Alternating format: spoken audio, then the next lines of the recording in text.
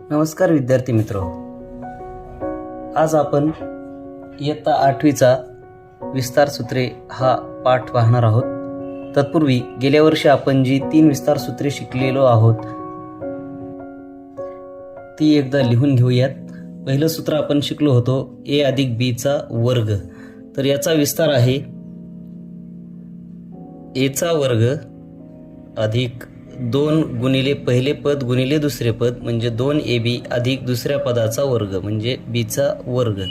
त्यानंतर दुसरं सूत्र आपण शिकलो होतो a वजा b चा वर्ग।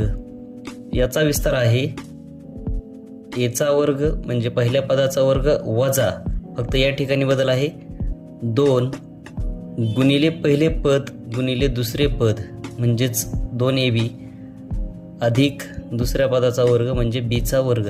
आणि तिसरं आपण एक सूत्र विस्तार सूत्र शिकलो होतो, पहिल्या कंसामध्ये a अधिक b दुसऱ्या कंसामध्ये a वजा b असेल तर त्याचा विस्तार अतिशय सोपा आहे, तो म्हणजे पहिल्या पदाचा वर्ग म्हणजे a चा वर्ग वजा दुसऱ्या पदाचा वर्ग म्हणजे b चा वर्ग।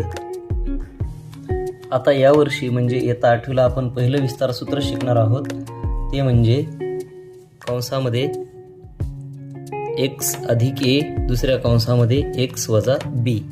तर सुरुवातीला याचा विस्तार आपण बघूया। तुम्हाला माहीतच आहे की पहिल्या कंसातील पदांनी दुसऱ्या कंसाला गुणून घ्यावं लागतं। तर सुरुवातीला आपण विस्तार पाहून घेऊया कसा येतोय ते। तर पहिलं पद आहे x, यानं गुणायचं ह्या दुसऱ्या कंसाला, दुसरा कंस आहे x अधिक b। त्यानंतर दुसरं पद आहे अधिकचं चिन्ह, दुसरं पद आहे a, यानं या पूर्ण कंसाला गुणून घ्यायचंय, दुसरा कंस x अधिक b। तर आता आपण याचा गुणाकार करून घेऊया।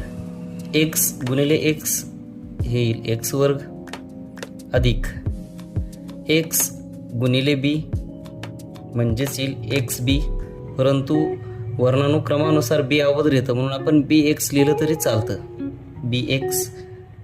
त्यानंतर हे अधिकचं चिन्ह, यानंतर या a ना आता याला गुणून घेऊया, a गुणिले x ax अधिक a गुणिले b ab।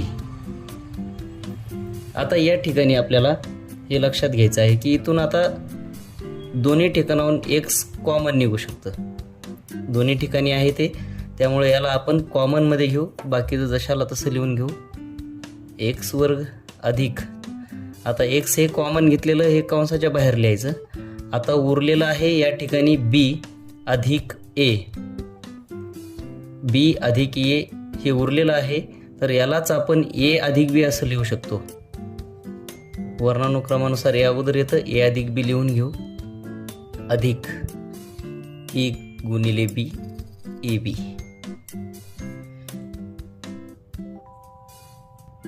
म्हणून आपल्याला x अधिक a दुसऱ्या कंसात x अधिक b याचा विस्तार मिळालेला आहे। x वर्ग अधिक हा कंस अगोदर लिहिला तरी चालतो, नंतर लिहिला तरी चालतो, a अधिक b त्याला गुणिले आहे x अधिक ab। हे आपल्याला या ठिकाणी विस्तार सूत्र मिळालेलं आहे। हे विस्तार सूत्र आपल्याला यावर्षी शिकायचं आहे, यावर आधारित उदाहरणं आपल्याला सोडवायची आहेत। हे विस्तार सूत्र आपण पाठ करून घ्यायचं आहे।